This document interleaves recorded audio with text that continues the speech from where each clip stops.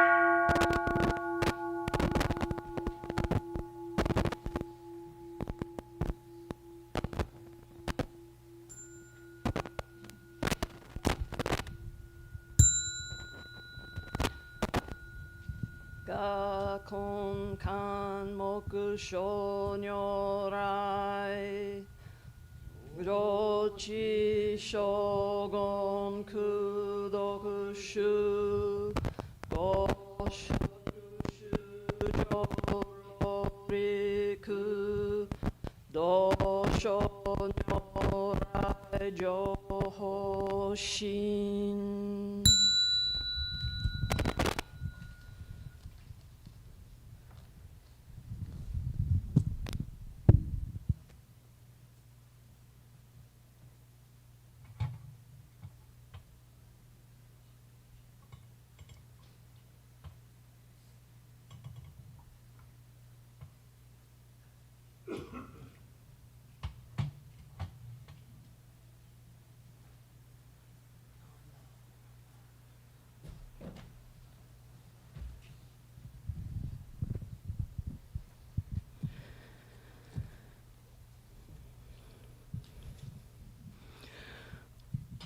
We now bathe all the Tathagatas, whose pure wisdom is adorned with innumerable virtues.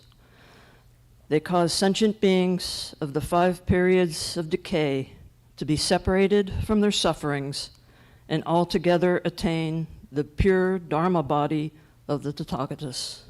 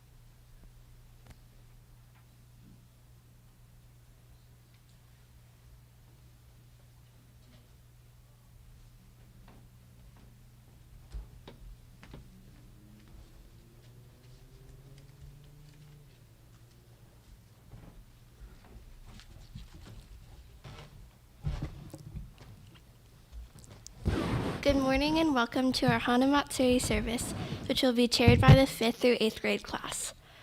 We observe Hanamatsuri every April 8th when Queen Maya gave birth to Prince Siddhartha in Lumbini's garden while it was raining.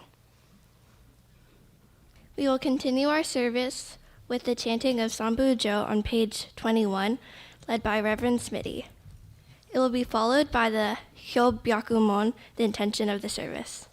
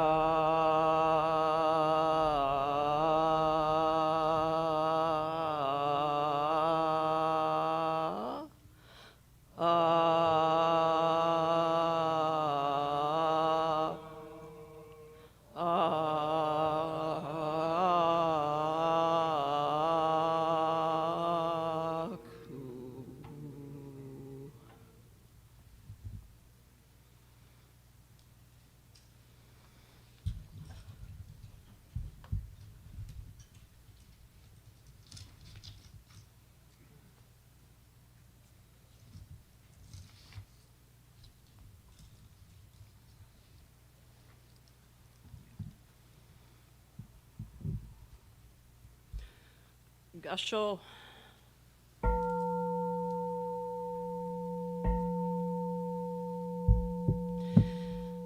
Today, we observe the birth of Siddhartha Gautama, the one who would become Shakyamuni Buddha, sage of the Shaka clan.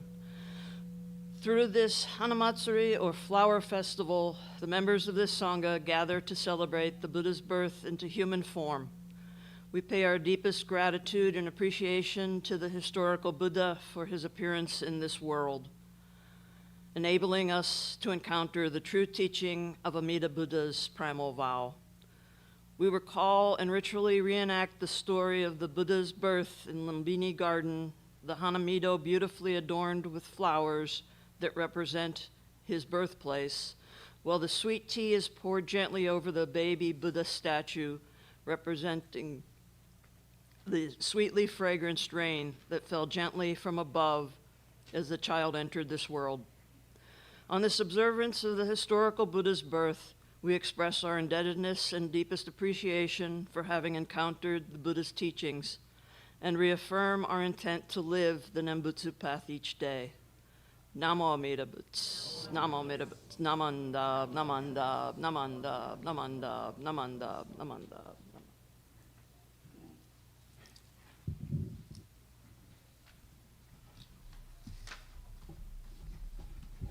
We will now have Sutra Chanting Jusei on page 35 of the service book.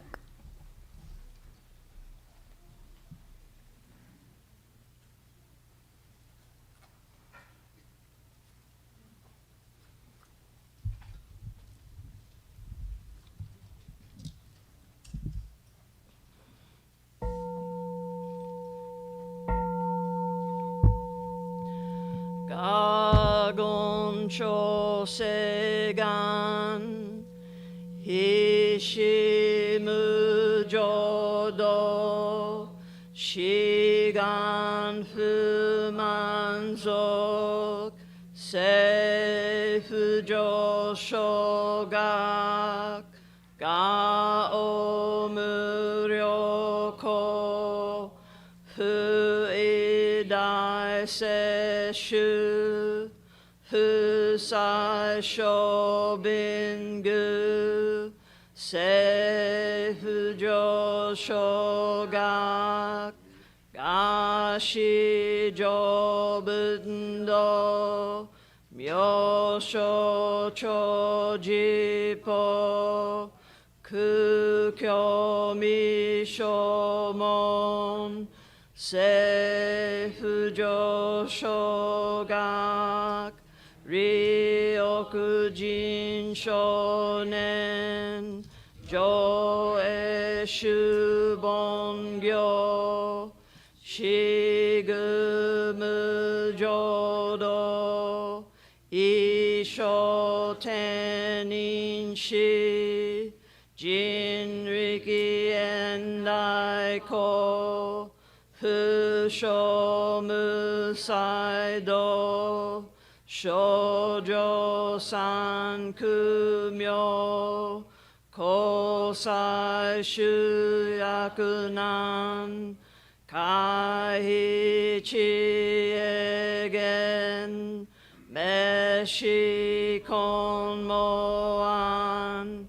Heisoku Shoakudo Tsudaten Zen Shumon Kosojo Manzok Ioro Jipo Nichigaten Shujuki Tenko Onpugen Ishukai Hozo Kose Kudoku Jodai Shuchu Seppo Shishiku Kuyo Isai Booth Gusoku Shutoku Hon Gan Eshi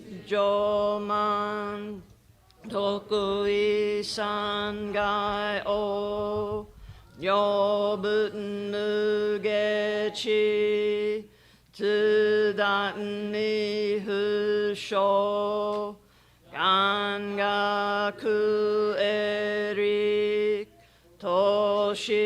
sai shoson shiganya koka daisen okando koku shotenin touchin myoke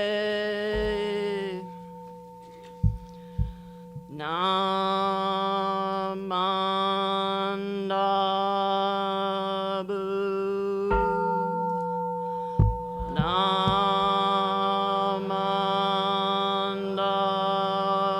namandabu namandabu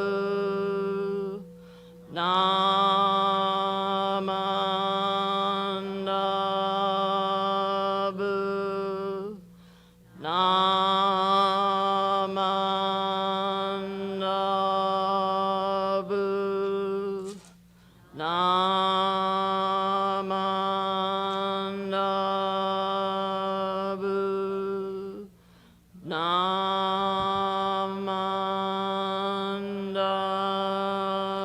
namandabu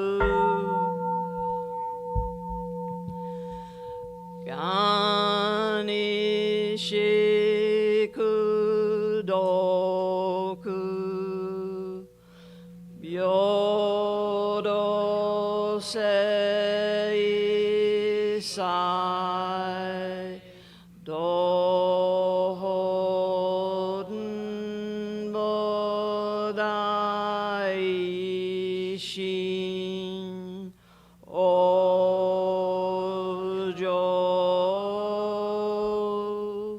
Anrako.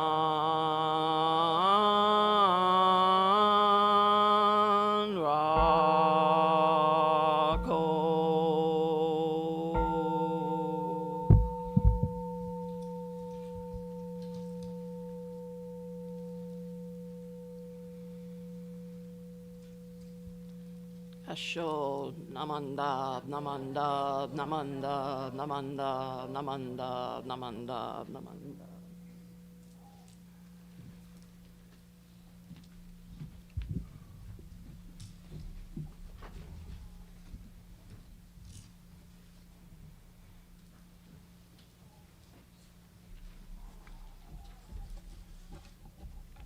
We will now have sweet tea and floral offering by our organization representatives. Hold on.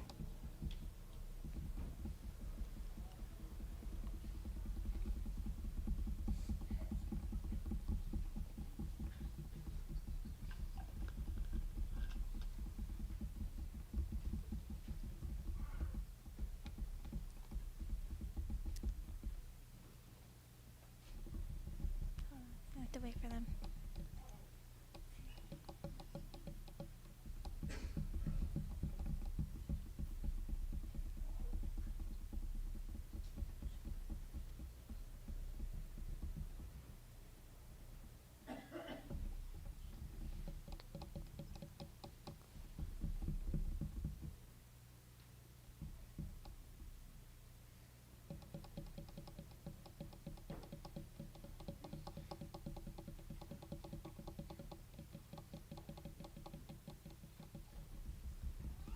They will be ready momentarily.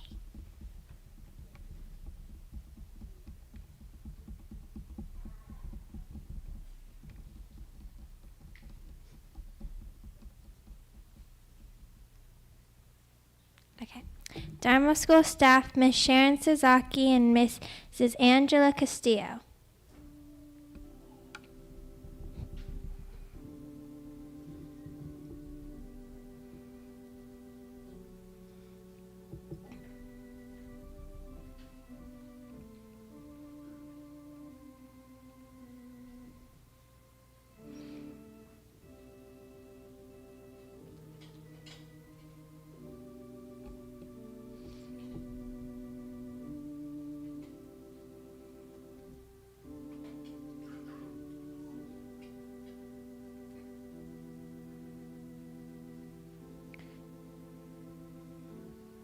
Dharma School students Kaden Kawahara and Benjamin Schmidt.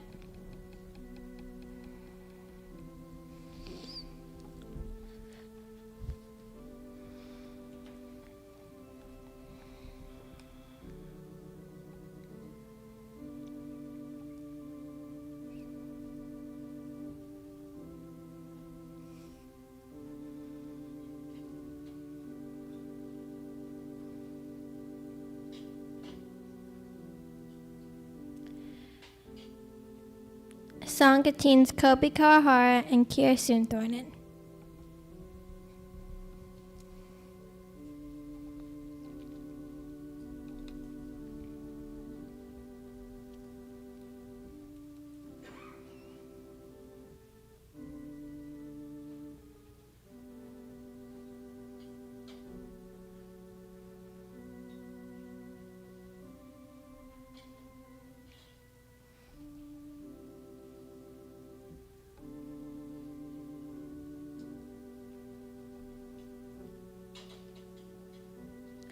Junior YBA, Cassidy Muroka and Paulina Covarrubias.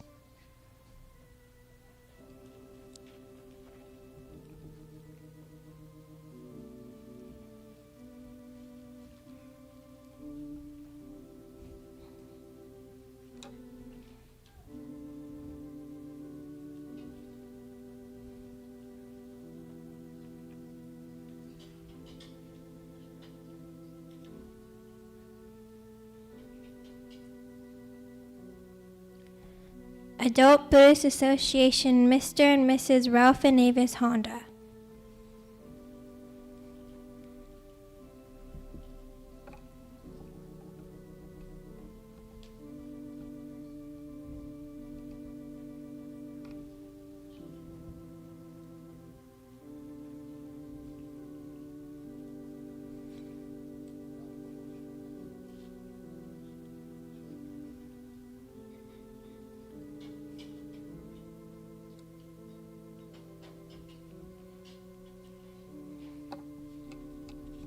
Buddhist Women's Association, Mrs. Ann Yamamoto and Mrs. Susan Yonakura.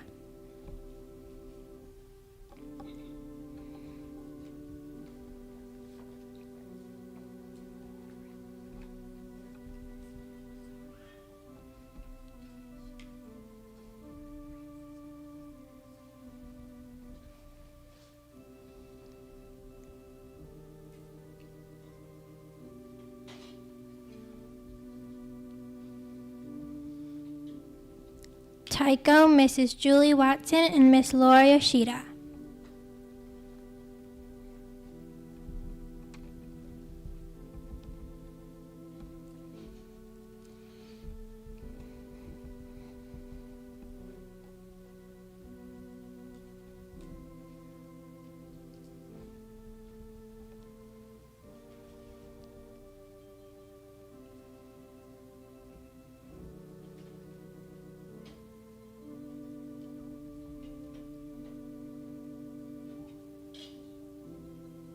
Come on, Mr. and Mrs. Bill and Joyce Teague.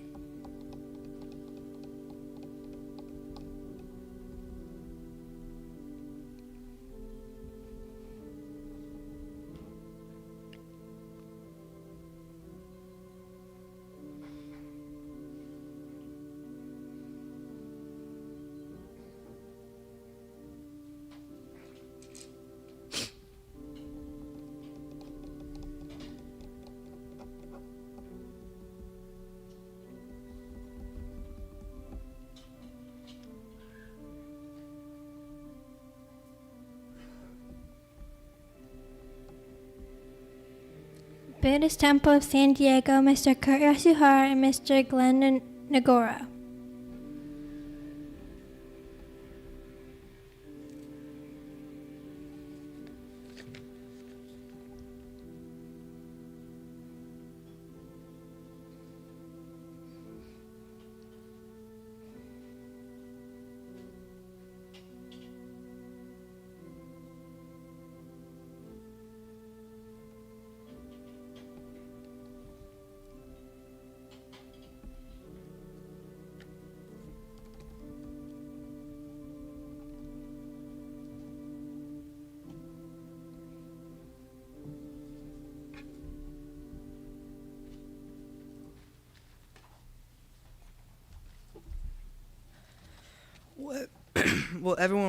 Will everyone please rise for the singing of In Lubini's Garden on page 119.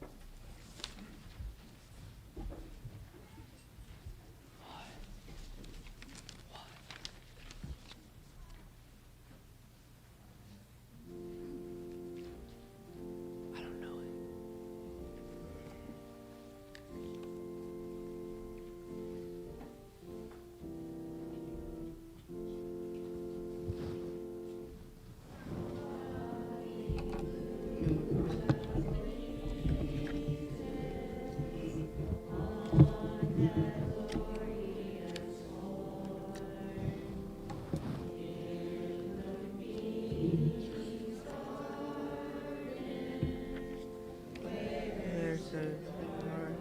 was born. Gently fell the raindrops, sweet and fragrantly, on the newborn burning face, enlightened to be. From the earth sprang flowers, birds in springtime sang, all throughout the universe, strains of music rang. You may all be seated. At this time, Reverend Smitty will introduce our guest speaker.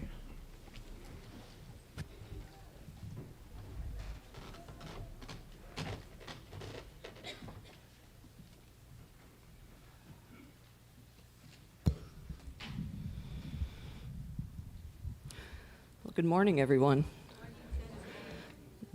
So great to see so many folks here for this special service that we're celebrating today. Our guest speaker for Hanamatsuri is someone who many of you likely know. It's Reverend Michael Endo, who has served as executive assistant to the bishop as well as secretary, BCA, Office of the Bishop, since 1996. I know some of you kids aren't even aware that there was a 1996, so it's okay. That Endo Sensei was born in Oakland, California, and he's a very active member of the Buddhist Church of Oakland, where he currently serves on the board of directors. And he's also been a Buddhist Church of Oakland minister's assistant since 2006. Also a date some of you kids might not be that familiar with. It's okay. His involvement in BCA also includes acting as executive secretary to the BCA Federation of Buddhist Women's Associations for nearly 10 years. And he also served as a program assistant for the Jodo Shinshu correspondence course for a couple of years. And Reverend Endo, from what I understand, is a San Francisco State University Gator. Go Gators! Having graduated with a BA in International Relations, maybe that's why he's so good at facilitating a lot of discussion and keeping things moving along. And he received his Tokudo ordination in March of 2002 and his Kyoshi certification in December 2007 from the Jodo Shinshu Hongan Jiha in Kyoto. And when he's not assisting Bishop Harada or working for the Buddhist Church of Oakland, Endo Sensei enjoys the Japanese Chanoru tea ceremony, and this one made me realize what a brilliant thing it was inviting him here today. Japanese ikebana flower arrangement, so he can always help us arranging our flowers as well as golfing. Ralph makes sure we invite him for our tournament. Running, traveling, cooking, photography, and karaoke. And I can personally attest to his mad skills in the kitchen, having enjoyed many delicious meals that have been prepared by Chef Endo. So here with his Hanamatsuri message to Dharma School students is Reverend Michael Endo.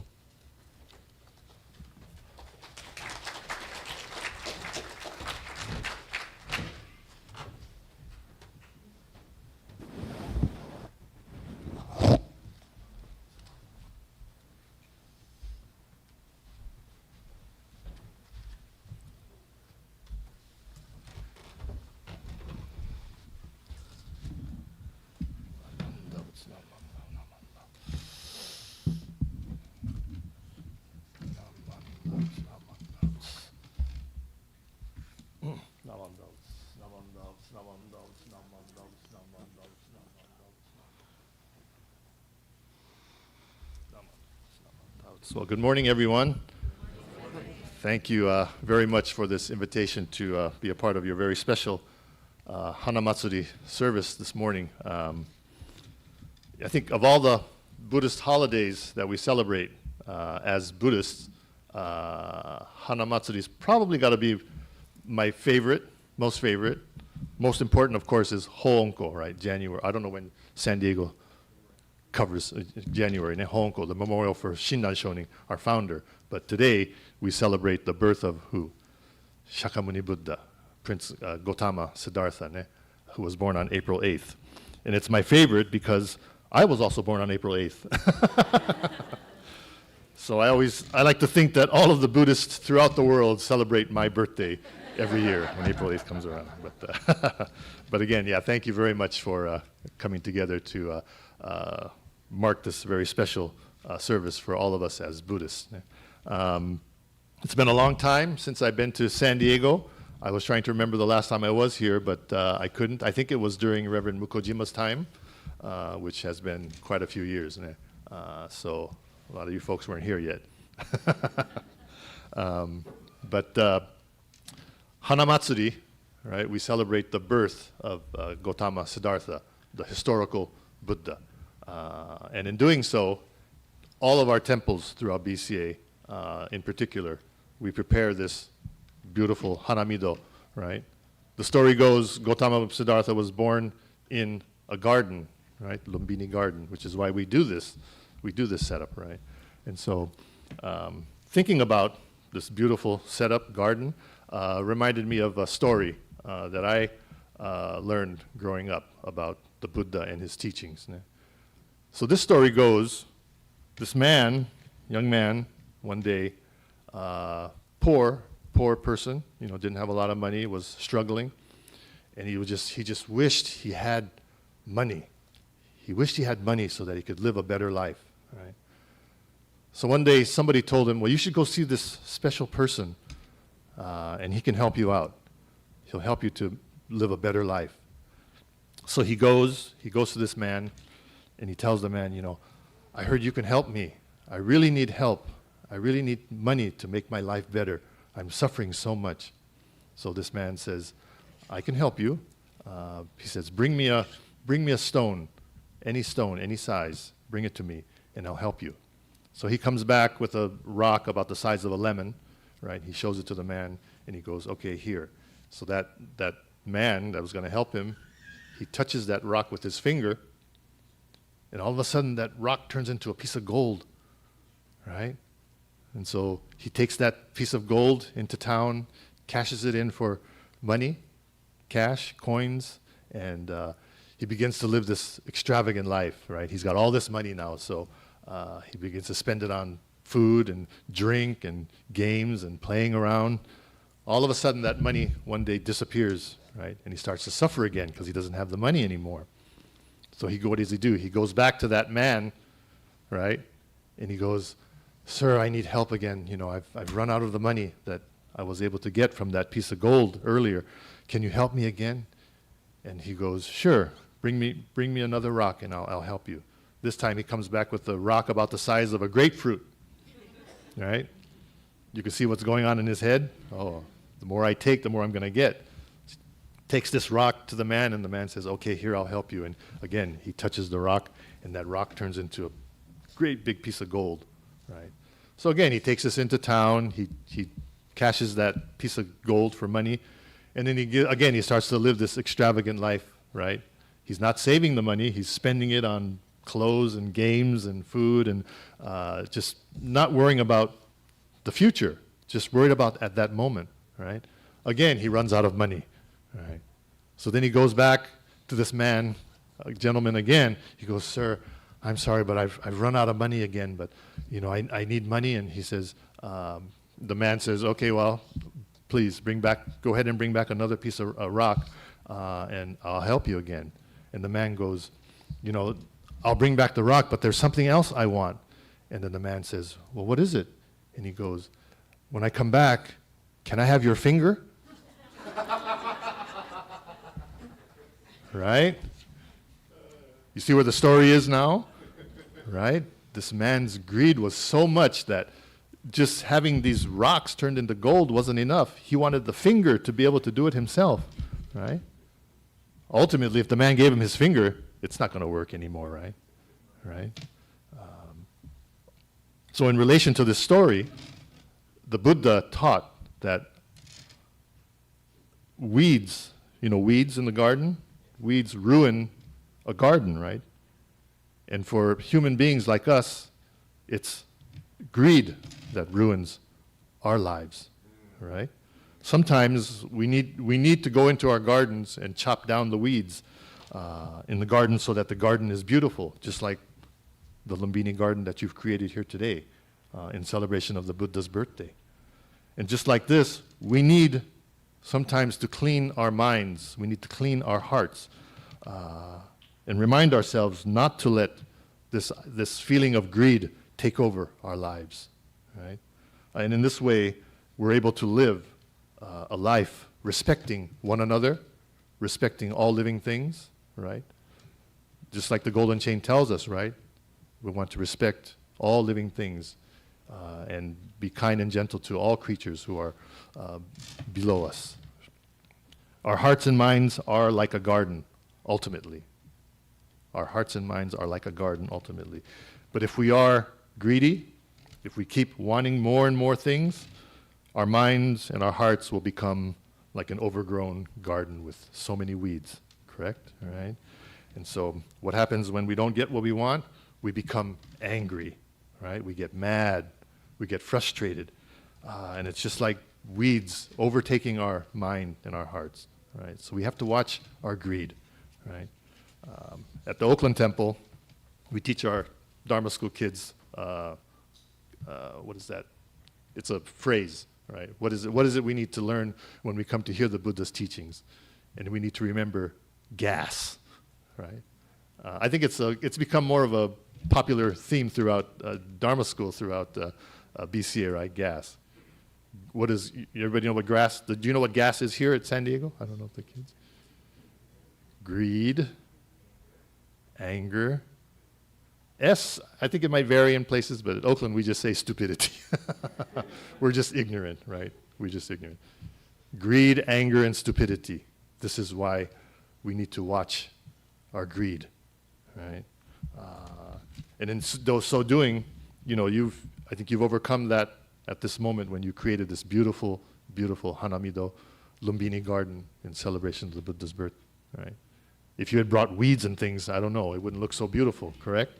But I know yesterday from 10 to 6, the Dharma school, along with some of the parents, were working so hard to create this beautiful, beautiful Hanamido in celebration of my birthday. But I do thank you all, and let's remember the Buddha's teachings of reminding us not to be greedy.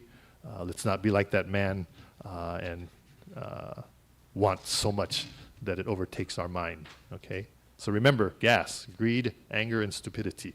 This is what the Buddha reminds us to try to avoid in our lives as we hear the teachings of the Buddha. Okay, so thank you very much for coming this morning. I hope you all come and enjoy kambutsu.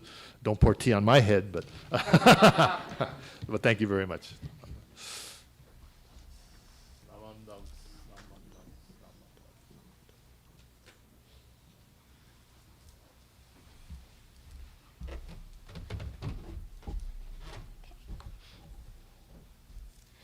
Thank you, Reverend Endo, for your Dharma School Hanamatsuri service message. Happy belated birthday. Will everyone please stand for the recitation of Three Treasures on page 91?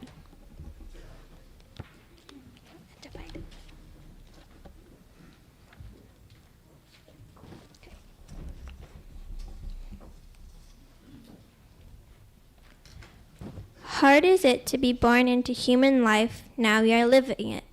Difficult is it to hear the teaching of the Blessed One, now we hear it. If we do not deliver ourselves in the present life, no hope is that we shall be freed from suffering and sorrow in the ocean of birth and death. Let us reverently take refuge in the three treasures of the truth. I take refuge in Buddha. May we all together absorb into ourselves the principle of your way to enlightenment and awaken in ourselves our supreme will. I take refuge in Dharma. May we all together be submerged in the depth of the doctrine and gain wisdom as deep as the ocean. I take refuge in Sangha. May we all together become units in true accord in your life of harmony in a spirit of universal brotherhood, freed from the bondage of selfishness. Even through ages of myriads of kalpas, hard is it to hear such an excellent, profound, and wonderful doctrine. Now we are able to hear and receive it. Let us thoroughly understand the true meaning of Tathagata's teachings. Gasha, Namai Dabatsu, Namai Dabatsu, Namai Dabatsu.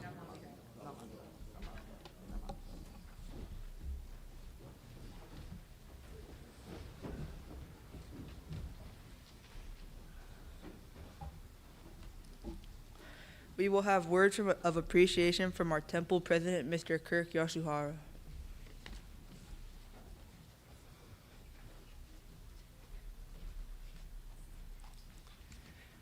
Good morning, everyone. Thank you for coming to today's service. It's really great to see so many people here to join us for the Hanamatsuri service. I hope to see you all more often here, and you're always welcome to come. I'd like to start off by thanking Reverend Michael Endo for coming down to San Diego and delivering the Dharma message today. Reverend Smitty,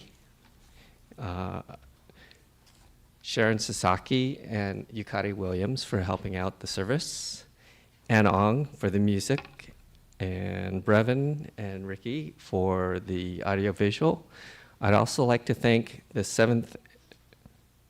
5th through 8th graders, for hosting today's service, and the entire Dharma School and their parents and everyone that came yesterday to arrange all the flowers. It was quite an event yesterday, and as you can see, it's just beautiful, all the flowers around the Hondo today.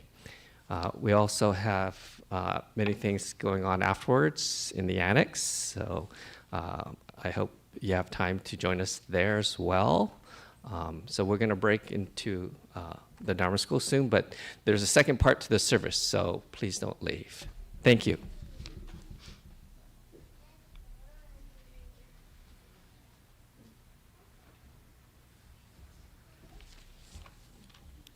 Thank you, Mr. Yasuhara. At this time, if you'd like to open up your program, you can see there's some announcements for the Tostada Bingo Fiesta fundraiser and the BWA afternoon tea benefiting the 100th anniversary.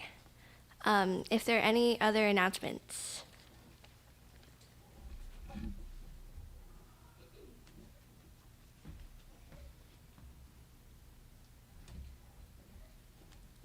This is to remind everybody that the temple will be having its annual bazaar on June 1st. For all members, your raffle tickets are in the back of the Hondo. Please pick them up as you leave. Also, we are in need of volunteers, so there is a sign-up sheet down in the office. Thank you.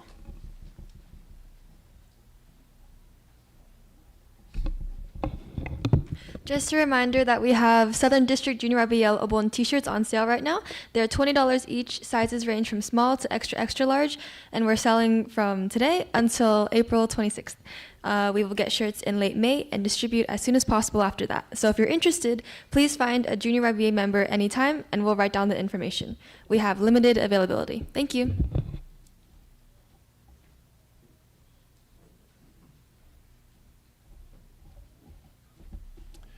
Good morning. My name is Bob, and I'm helping with organizing a camping trip for the Dharma School kids and families, and also the whole congregation's invited. We're going to Burnt Rancheria Campgrounds, which is in Laguna Mountains, wonderful oversight of the desert on Memorial Day weekend. And so if you're interested, see me, see Lisa, who's not here today. Also, I think it's on our website. And will be announced a lot. So please join us, Memorial Day weekend. It's a 3-day, we've reserved campsites for 3 nights. You don't have to come for 3 nights. You can come for the afternoon, day, 2 nights, whatever you like. Thank you.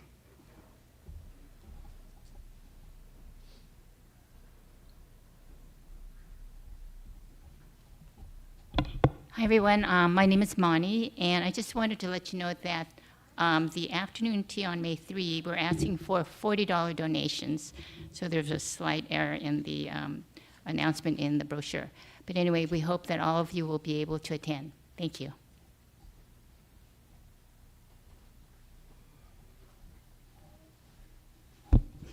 Hi, I'm Bill, and I wanted to thank Greg for announcing that the tickets for the Bazaar raffle are available for pickup alphabetically and back, but we know we didn't get everybody, so if you're here today and would like a book of tickets, just see me in the back of the Hondo in the foyer, and I just need to get your information and get this to you. So we really appreciate it. Bazaar, our biggest fundraiser. It helps us keep the temple clean and safe, maintained and improved. Thank you.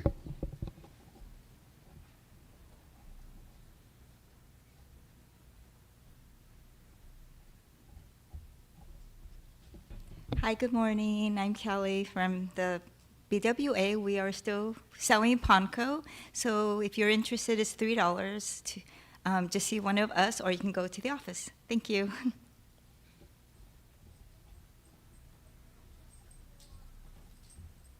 Hi, everybody. I'm Lorene Ota. Let's see, just a reminder, our tea is on May 3rd, so we're going to be clearing and cleaning the refrigerators about a week before. So if it doesn't need to be refrigerated and we need the space, we'll put it on the side. If it's refrigerated and it's taking up space, you might want to take it home and refrigerate it. And then also the Japanese Coordinating Council, they're holding a Keirokai on April 27th, Sunday. Keirokai is a seniors lunch, 80 plus is gratis or free. And everybody's welcome to come. They usually have a wonderful box lunch, which is $25 if you're under 80. And we were wondering if anybody can help serve tea or pass out lunches that day. Thank you. Oh, see me if you are able to help do tea. Okay, thank you.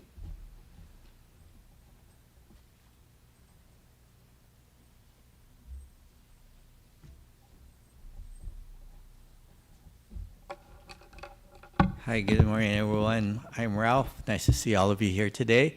But just to add to Laurene's announcement of the Keirokai, the deadline for your reservation is coming up on April 15th. So there's a sign-up sheet in the office if you'd like to sign up for that. I know many have, and it'll be a very nice event. So if you're interested in attending, please sign up downstairs. And I'm just making one last announcement for our Tostada Bingo fundraiser today. It'll be in the annex next door. The annex smells really good right now because of the food that's being prepared. So, if you've signed up, you can pay, and you haven't paid yet or picked up your tickets, you can do so on the entrance just off the hallway on the main level. Okay, and then we'll get started with your luncheon, and then we'll have a great time having, I think it's going to be 6 games of bingo today, so 6 games, okay, and a lot of prizes, so a lot of fun. So look forward to seeing you over there. Thank you.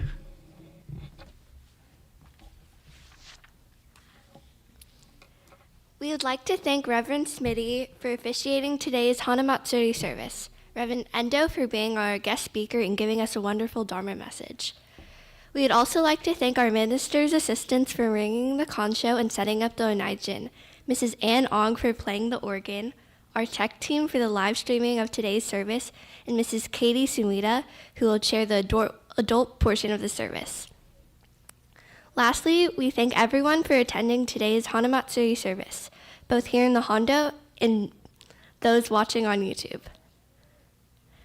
The Dharma School students are now excused to come and offer sweet tea before going to the dining room for the Hanamatsuri craft.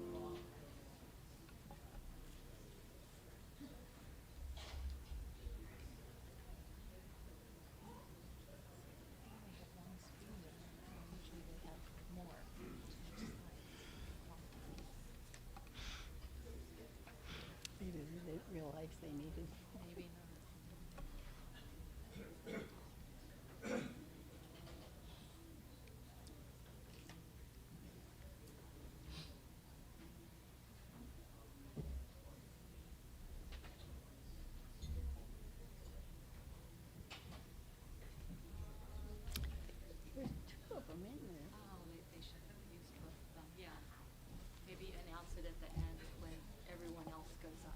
Yeah. Now all the cute people are gone, so we will do the adult portion with me. We will start with the Vandana and Tisarana, which can be found on page 96. And our current procedure is everybody start at the beginning along with Reverend Smitty.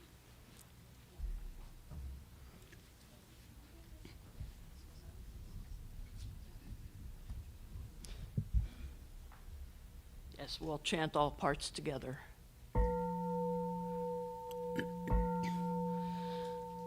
Namo tassa bhagavato arahato sama sambuddhassa. Homage to him, the exalted one, the enlightened one, the supremely awakened one. Buddham saranam gacchami, samam saranam gacchami, sangam saranam gacchami. I go to the Buddha for guidance. I go to the Dharma for guidance.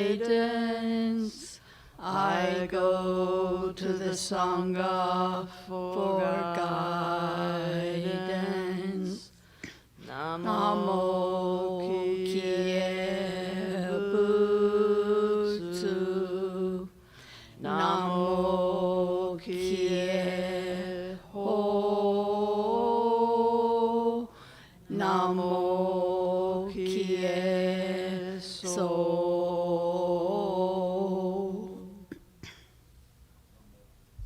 Yasho Namanda, Namanda, Namanda, Namanda, Namanda, Namanda. And now we will have the adult Dharma message by Reverend Endo.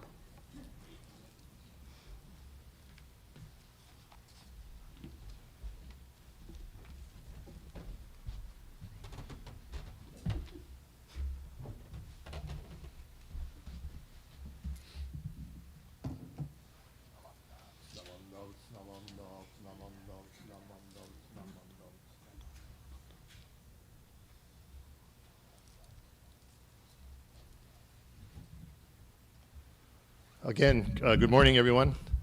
And thank you again for the invitation to be a part of your Hanamatsuri service. Thank you, Smitty Sensei, for that introduction earlier.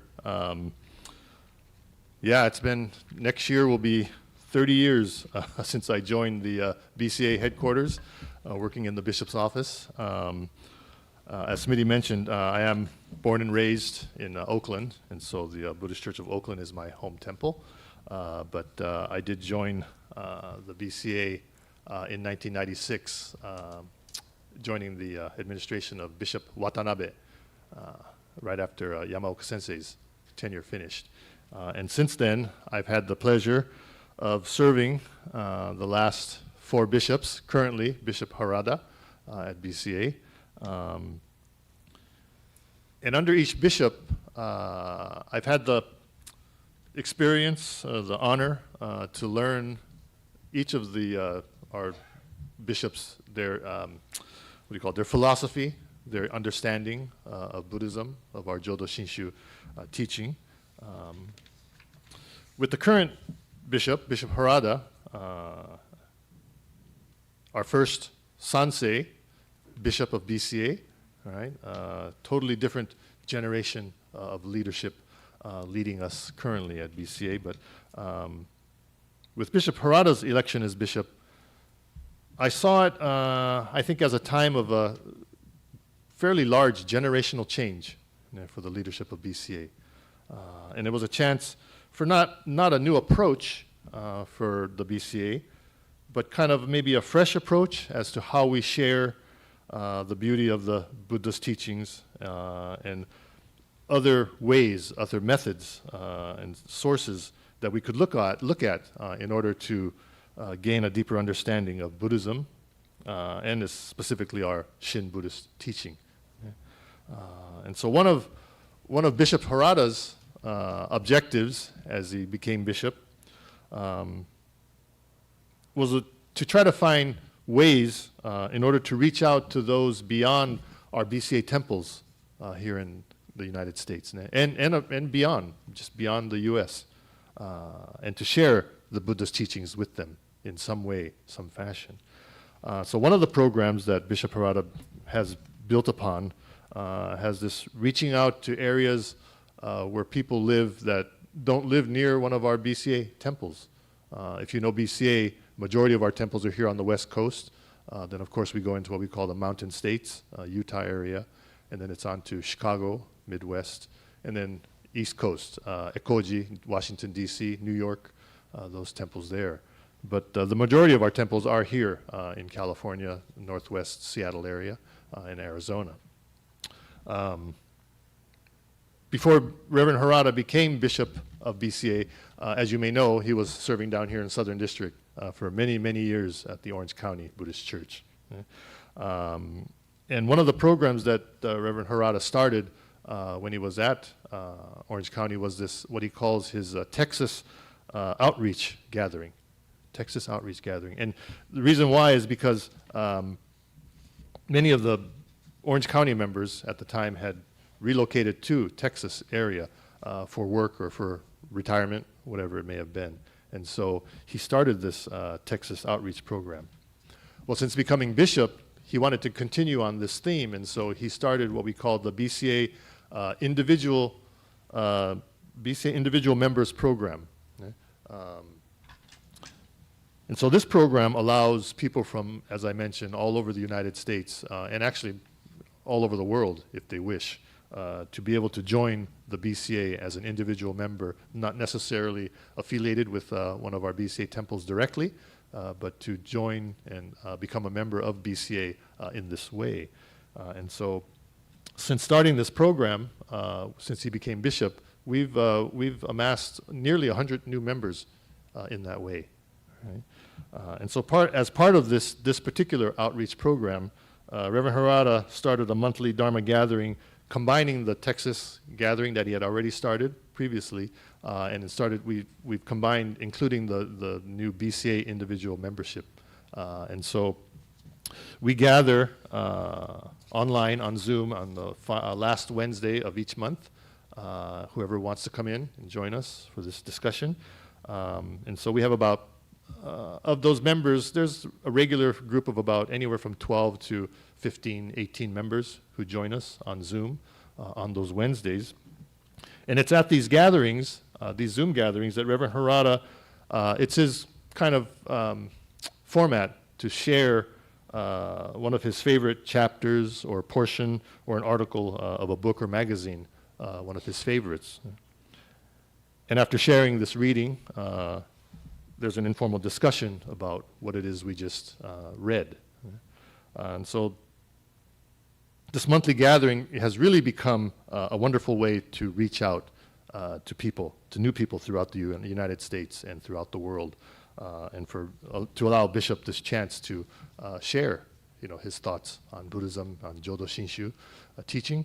And so for today's talk, I just wanted to share one of the recent discussions we had.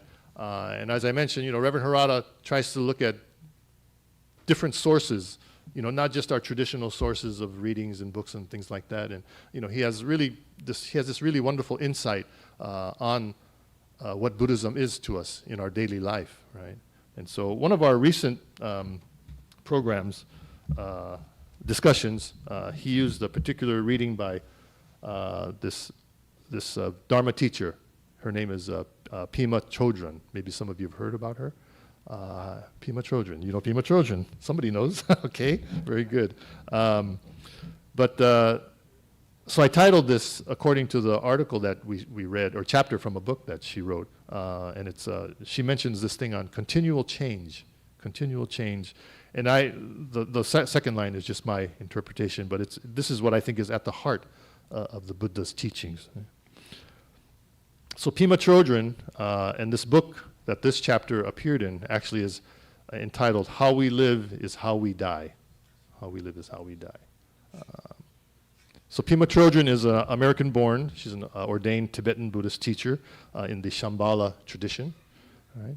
She's served as the director of the Boulder Shambhala Center in Colorado, and she became the director of the Gambo Abbey, the first Tibetan Buddhist monastery in North America, which was located in Nova Scotia, Canada.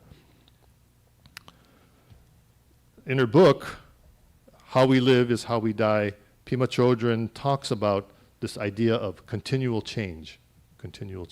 In Buddhism, we often talk about continual change, but in a different framework, right? We often use the word impermanence. And Pema Chodron refers to this idea as continual change in this chapter. And she says, the Buddha stressed impermanence as one of the most important contemplations on the spiritual path for us as Buddhists, right?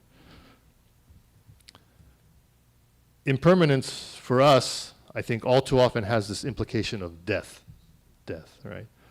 Continual change, on the other hand, Pema Chodron explains, is something that is more easy to see and understand, in fact, in our daily lives. And she goes on to explain, we see the changes in seasons, right?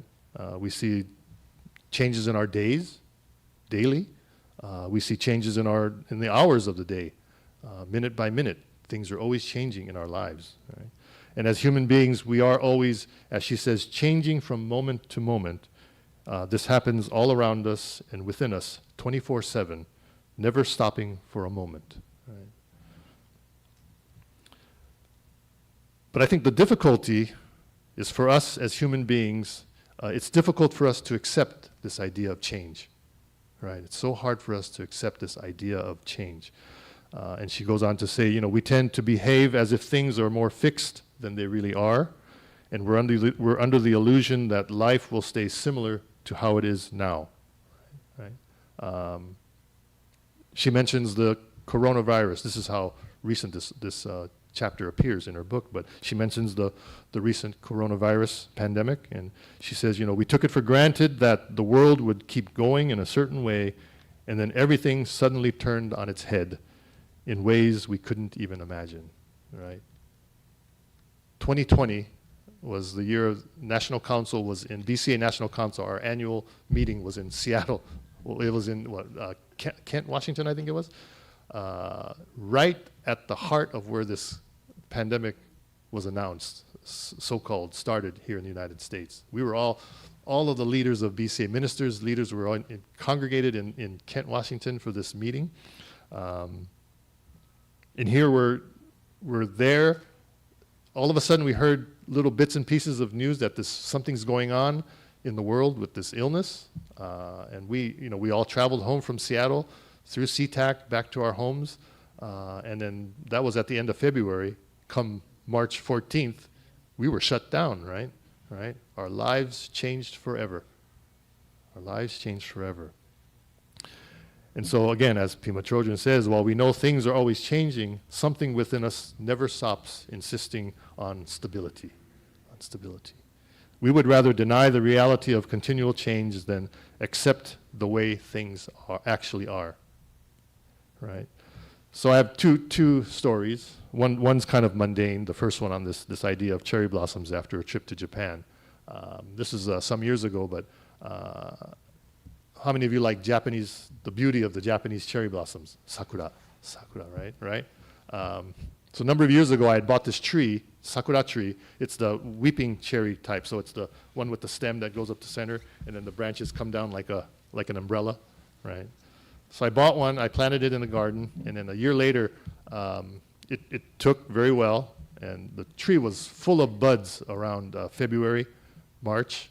But that month, I had to go to Japan for work.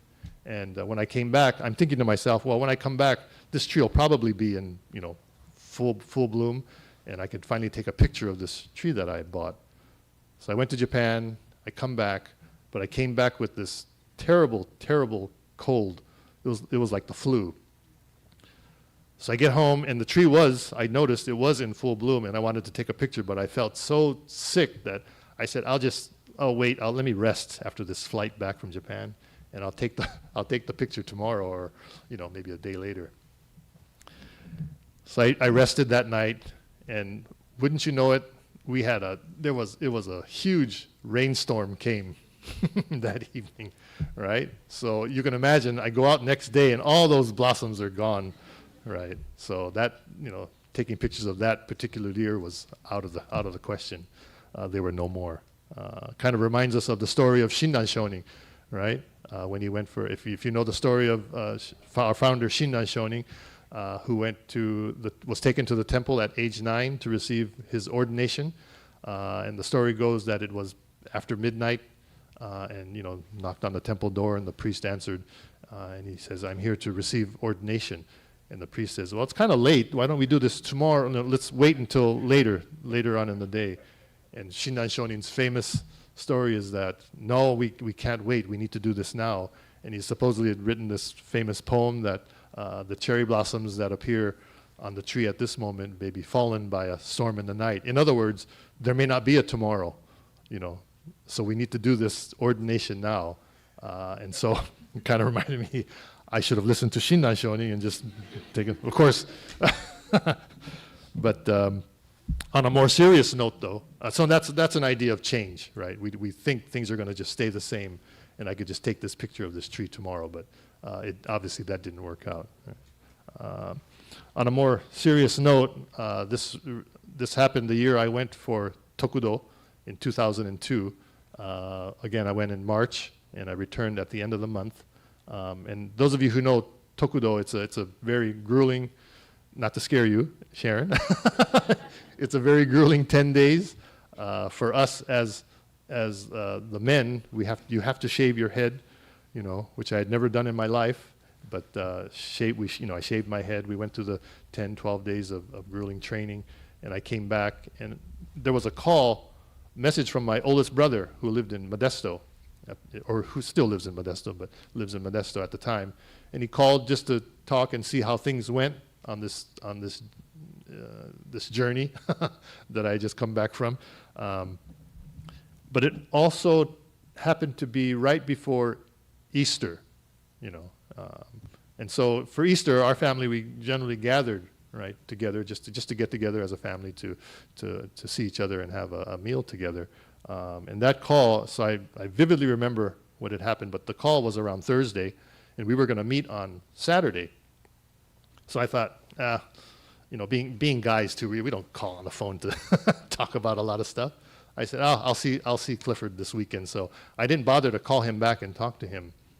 Well, in the meantime, they bought this new house in Modesto, and they bought a lot in back, and they were building this second building, a so-called pool house, so that people could take showers or clean up in that building, as opposed to having to come into the main house. So he's building it with a friend, with a professional friend. My brother's a podiatrist, he's not a contractor. So, but anyway, he liked to do those kind of things. So they're building this thing in the back, and I get a call on Friday that we need to come out to Modesto right away. They were putting the plywood on the roof, and the one he stepped on wasn't attached yet, so he fell through, and he fell on his back and his head onto the concrete slab. So he was in. Long story short, he was in bad shape for a good 6 months or so, and there was a chance he wasn't going to make it, And so there again, I thought things were just fine. I'll see him in 2 days, and then this kind of thing happens, right? And so, as Pima Trojan tells us, right, we know things are always changing, yet something within us never stops insisting on stability. And those two incidents show that there was no stability, especially the one with my brother. So Pema Chodron, she reminds us that the Buddha spoke about our difficulty accepting impermanence when he taught us about 3 types of suffering. The Buddha taught us about 3 types of suffering that she goes on to explain. Right? And the first type she explains as the suffering of suffering. The suffering of suffering. And this is outright agony of things like war, starvation, terrifying environments, abuse, neglect, tragic loss, or a series of severe illnesses, right? And this is what we usually think about when we talk about pain or suffering from a Buddhist perspective. The second type that Sensei talks about is the suffering of change, the suffering of change. And this is the painful knowledge that lurks in our guts that we can never really get all that we want. Kind of reflects on this idea of greed, right, that we talked about with the Dharma School kids. But we can never get our life to be just the way we want it to be, and we can never reach a position where we're always feeling good, she goes on to say. We may sometimes feel comfortable and satisfied, but as Pema Chodron's daughter once said, that's the problem, right? That's the problem. We become complacent. We become complacent. And because things go well for us just often enough, right, we keep coming back to the false hope that we can keep it going that way. We think, if I just do everything right, I can always feel great, right? But then again, reality sets in for, as I look out into the audience, for many of us, right, getting older, nowadays playing pickleball, and the results of playing pickleball sometimes for some of us. We talk about knee pain and back pain, aches and pains, torn Achilles, ruptured knees, right? And then again, the obvious one, forgetting things, just forgetting names, forgetting people. I was talking in the office earlier. I was at San Mateo Buddhist Temple last weekend for the funeral memorial service for Mrs. Tsuji. She was the wife of one of our late Bishop Tsuji. And I was talking to Reverend Adams, the resident minister there, just in passing. And somehow the discussion went to age and forgetting things and things like that. And he was saying something like, yeah, you know, as ministers, members, friends, so many people come up to us, and for them it's remembering one name, right? Reverend Adams, Reverend Endo Sensei, Adam Sensei. Oh, how are you? Do you remember who I am? Adam Sensei says, oh, yes, of course. You know. And then a few minutes later, after the person leaves, who was that person again? But so often this is starting to happen, and even to me, it's happening. I see this reality of change in my own self. And then, as we get older, our conversations turn to what medications we're taking, right? Or if we're able to go to the bathroom regularly, right? Do you have any problems? But this idea of always wanting to feel great, Pema Chodron, she attributes this to our addictions, right? She says, I think this is what is behind drug abuse and all of our other addictions. And the underlying addiction is to this dream of lasting pleasure and comfort, right? I think this is probably very true. I'm not a counselor in drug abuse and things like that, but this idea of lasting pleasure and comfort is something that they're seeking, right? Then there's this idea, I just put this thought in here, but this idea of always wanting to feel great, and as Smitty Sensei mentioned, I like to play golf, right? And it's always that hitting that one great shot that brings us back, what I say, to this stupid game, right? I could have the worst round of golf going, and I just want to give up this dumb game. It's like, why do I do this? You know, wait 4.5, 5 hours on the golf course hitting this little white ball around. But then again, it's that one great shot, right? I can see Peter shaking his head. It's that one great shot that always brings us back to this game. Oh, I can do it. Okay, well, we'll go out and play another 18 holes and see if I could copy what I just did. actually I should share. So one thing that keeps me coming back to golf was the fact that I was able to hit a hole-in-one just once in my life. Yeah, and it was at our Buddhist Church of Oakland golf tournament, benefit golf tournament, Richmond Country Club, 15th hole, 188 yards. And I hit that 8-iron right toward the left bunker, and I go, bunker again, you know. And it landed, for some reason, it landed over the bunker. Pin was way over here on this side of the green, but it hit something over the bunker to make the ball kick to the right. And so we're watching it, and I go, oh, it's rolling on the green. I said, well, okay, well, maybe I'll get closest to the pin anyway for this tournament. We're watching, and all of a sudden, and because the hole was insured, we have to have spotters at the green. These two Fujinkai ladies just stood up, and they're just, right? So it's shots like that it's something like that brings me back to the game of golf, right? Anyway. So this idea of the futility of striving for happiness by investing ourselves in things that just don't last. And she goes on, Chojun Sensei goes on to say that all the world's religions and wisdom traditions speak of the futility of striving for happiness by investing ourselves in things that just don't last. When we hear these teachings, they don't surprise us, and for a while we may even feel convinced by them, she says.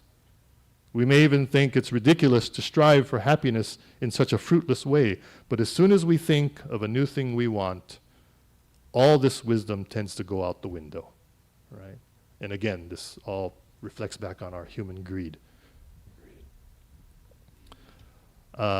She talks about the subject of falling in love, right? And Chojun Sensei explains, the classic example is falling in love. In the beginning, it's the greatest high there could ever be. From there, it can easily turn into the greatest disappointment.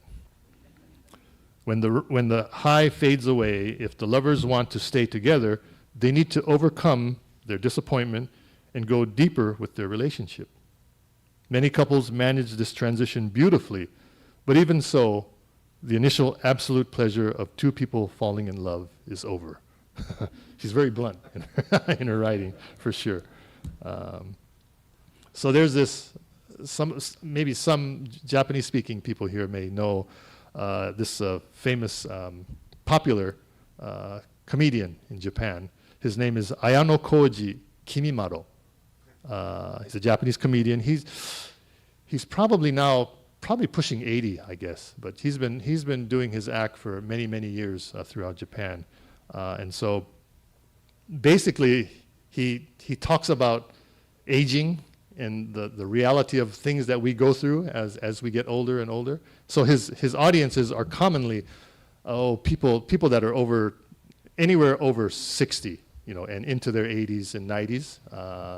And so what he'll do is he'll come on the stage, everybody's clapping as he thanks everybody for coming together, and then he'll look into the audience, and some person, usually, I don't want to say it's sexist, but he's always picking on the women a lot, right, in the audience. He'll come out, and then all of a sudden he'll ask, how old are you? And the person will raise it. I'm 78. He'll say, I thought so. Things like that. These are his remarks. This is how he does his skit. And then he goes on to this idea of, this same idea of how falling in love in the beginning, things are lovey-dovey. And then after a while, things just aren't lovey-dovey anymore.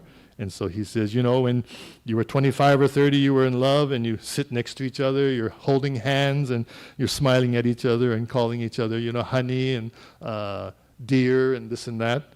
And then he says, and then 40 years later, right? It's this idea of, don't touch me, and don't sit so close, it's too hot, and stop looking at me like that. I don't want to see your dirty, ugly teeth anymore, or your dentures, maybe, right? And so each other, you begin to find these irritating traits in one another, and then you try to make changes, or you try to fix your partners to shape them up in the way you want them to be, right?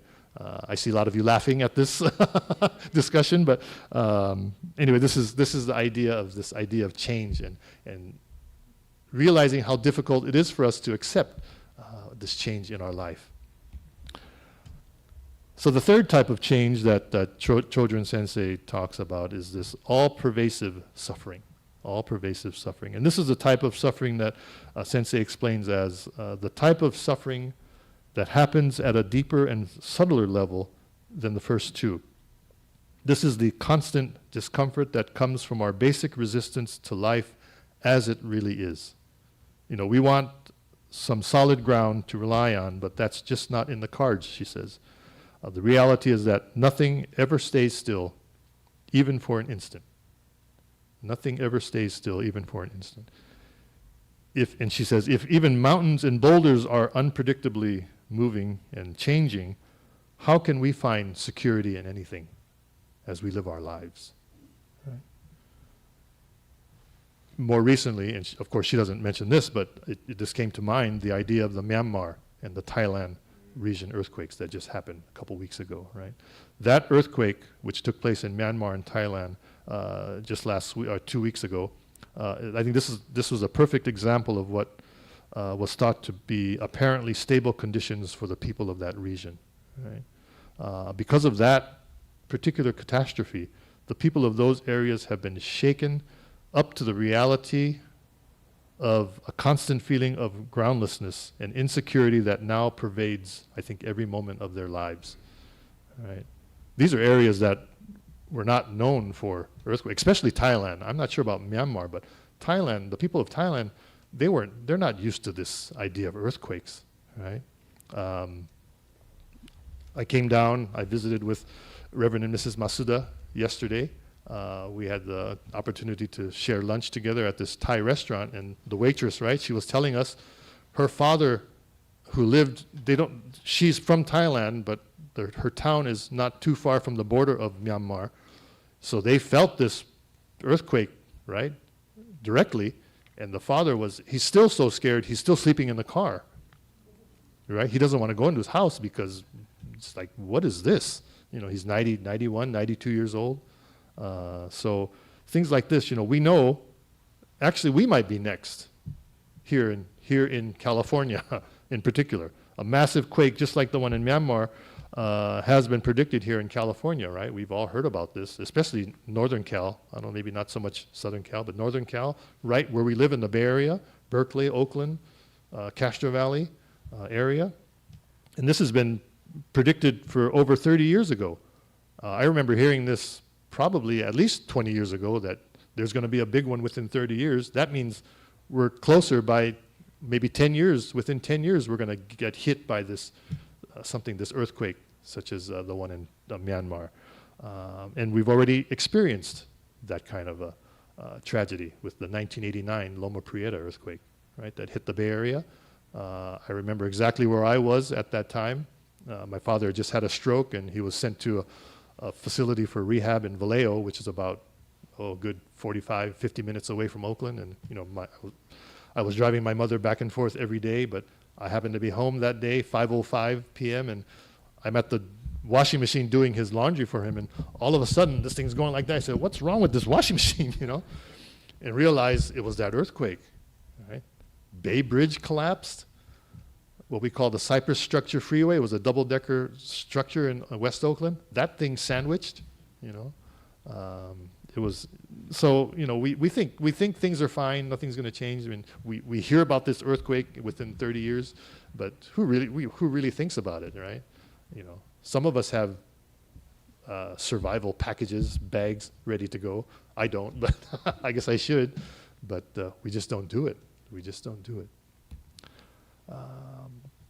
And then so Chodron Sensei goes on to remind us that we should trust not in success, but we need to trust in reality in our lives, right?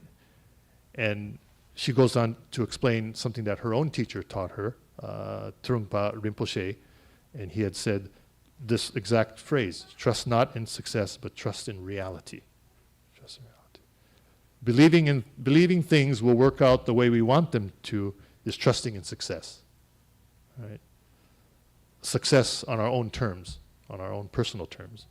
But from our own experience, we know that success is unreliable, And sometimes things work out in the manner we like, but sometimes they don't.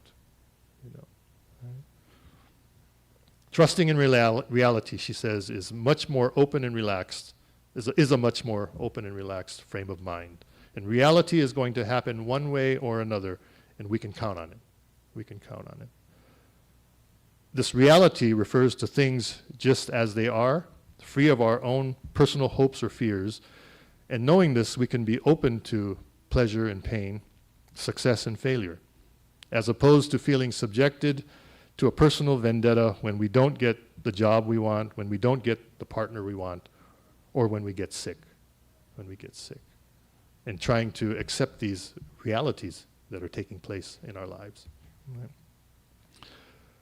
And so this brought me to this idea of developing these eyes to see things as they are.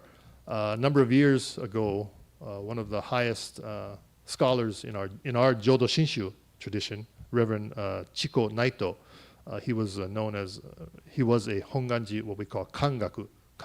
It's the top doctrinal scholar within our Honganji tradition, right? And he visited the BCA. He did a series of lectures throughout BCA temples. And he gave these lectures in Japanese, but with a translation. And so he went on to explain through one of his messages that at Honganji, at the time, they had started a telephone, kind of a hotline service for people who were looking for guidance, and whether it be spiritual guidance or just to talk about something that was bothering them in their daily life. And so they created this staff to man these phone calls, and the ministerial staff assigned to answer the calls, they consulted with Naito Sensei, and they said, you know, Sensei, sometimes I'm asked just the simplest question of what is Buddhism? You know, people call this hotline and they're saying, you know, what is Buddhism? And many times they're explaining, we just don't know exactly what to say to these people that have no idea what Buddhism is, right? Even these are ministers that are staffing the phone, but it's this simplest of questions. What is Buddhism, right? I think as ministers, I don't know, Reverend Will, if you get the question, if you're posed with this question, you know, what is there a simple answer? I guess is what the staff was saying. Is there an answer? So Naito Sensei, being the scholar that he is, he thought about it and he said, and he explained what he explained to his staff. And he said, in Japanese, he said, well, Buddhism, Bukkyo no oshiē, Buddhist teaching, Bukkyo no oshiē wa, monogoto o tadashiku miru me o mi ni tsukeru koto. Bukkyo no oshiē wa, monogoto o tadashiku miru me o mi ni tsukeru koto. Right? And so when I heard that, I translated it as, well, Buddhism is a teaching that encourages us to develop the eyes of the heart and mind to see things just as they are. Truly, just as they are. Simple. Right? This is Buddhism. So this, actually, I'll commonly use this, what senseis taught us. Right? Buddhism is a teaching that encourages us to develop the eyes of the heart and mind to simply see things just as they are. Much of what Chojun Sensei is telling us, right? But as Chojun Sensei tells us, we'd rather deny reality of continual change, this idea of impermanence, than to accept things, to accept the way things are in our life, right? She goes on to explain, you know, another one of her teachers, Thich Nhat Hanh, and he says, it's not impermanence that makes us suffer. What makes us suffer is wanting things to be permanent when they are not. Again, simple statement, but so true, right? We want things to stay the same, but we just can't accept the fact that they're not going to stay the same. We know things are always changing. Good change that brings us happiness or peace, is no problem for us, right? If we win at the casino, there's no problem. When we lose at the casino, it's like, why didn't I stop $300 ago, right? But no, we think, oh, it's going to hit again. It's going to keep hitting. Got to keep putting more money in. Again, the difficulty of change, death of a loved one, a disaster, right? Disasters, illnesses. These are a problem because it brings with it pain, sadness, and oftentimes anger.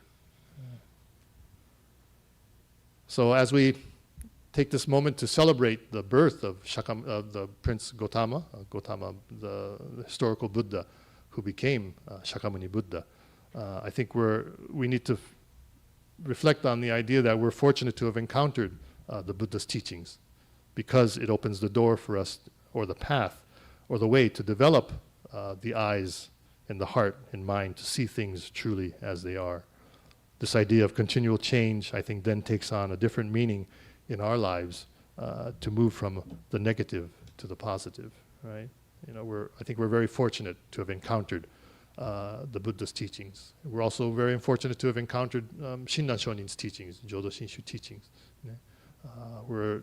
I feel fortunate to have encountered, many of my predecessors, my teachers here within BCA, many senseis, including Reverend Will, Reverend Masuda, but teachers like Naito Sensei, who came and shared his philosophy and his Dharma with us. But this idea, if people ask you what is Buddhism, I think it was the perfect answer. We need to develop the eyes of the heart and mind in order to truly see things simply as they are in our lives, rather than how we want them to be, right? Sure, we want things to be a certain way, but unfortunately things don't go that way. I didn't put this in the notes, but there's often a question as to why at Nishihonganji, our home temple of our tradition, if you go to all these other temples in Japan, in Kyoto, wherever, they're always selling these amulets, right? Put this in your car and you'll drive safely and it'll bring you, or hang this in your house and you'll have peace in your house, or health. Giving these little things to a couple that are trying to have a child. Well, this will help you to have the child. I tell people, well, number one, we don't do that in our Jodo Shinshu tradition because we don't believe in this idea of idol worship or wishing on something that's it's not for sure. There's no guarantee that this is going to help you, so we don't believe in that. But at the same time, I tell people, when you do go to these temples and these people are so anxious to buy these little pouches and things, I look at it as these people, the thought behind why they're buying the item. They're buying it because they want happiness to come to this person. They're hoping that this couple can have a child, or they're hoping that there won't be a fire, to burn down your house, things like that. There's that thought behind it. But of course, from a Jodo Shinshu standpoint, we don't believe in, because you have that particular item, that's going to work, right? But there is that thought. We want certain things, right? We want happiness. We want good things to happen. But as Chodron Sensei is telling us, we need to look at the reality that things aren't always going to be the way we want them to be, right? And to be able to understand that, then I think we're able to live a life that is more peaceful, calm to the mind, calm to the heart, right? So, remembering the Buddha's teachings and remembering that the teaching is simply this idea of developing the eyes of the heart and mind to see things truly as they are. If we're able to do this, then I think we're able to live a life of true appreciation, gratitude, right? And it's at that moment, I think, when we come to that reality, we're able to put our hands together. And this is when Nembutsu, Namu Amida Butsu comes to mind, right? It becomes a natural response to this teaching. And so, again, I thank you all for gathering on this occasion of my birthday and the Buddha's birthday. But thank you very much for the invitation. It's always nice to be here in San Diego, and it's good to see all of you. So thank you again. Thank you very much.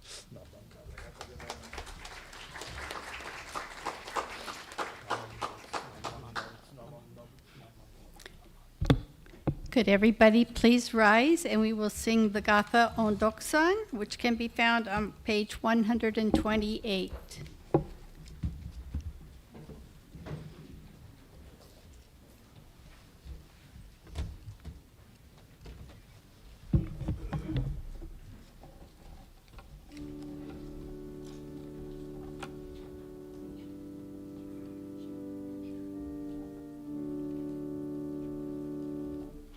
Nyorai dai ino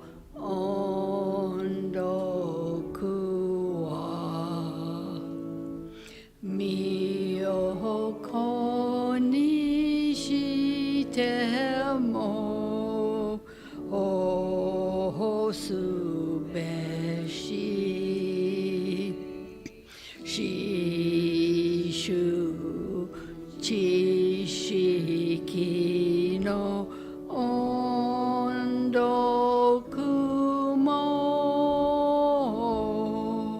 ho ne o kuda kite mo sha su be shi.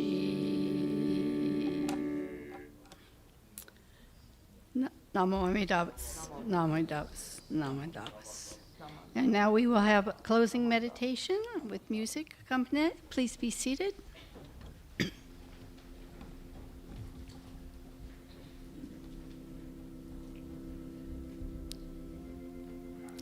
Sakamuni Tathagata appeared in this world solely to teach the ocean-like primal vow of Amida. We, an ocean of beings in an evil age of 5 defilements, should entrust ourselves to the Tathagata's words of truth. Shinran Shonen's Kyogo Shinsho chapter on true practice.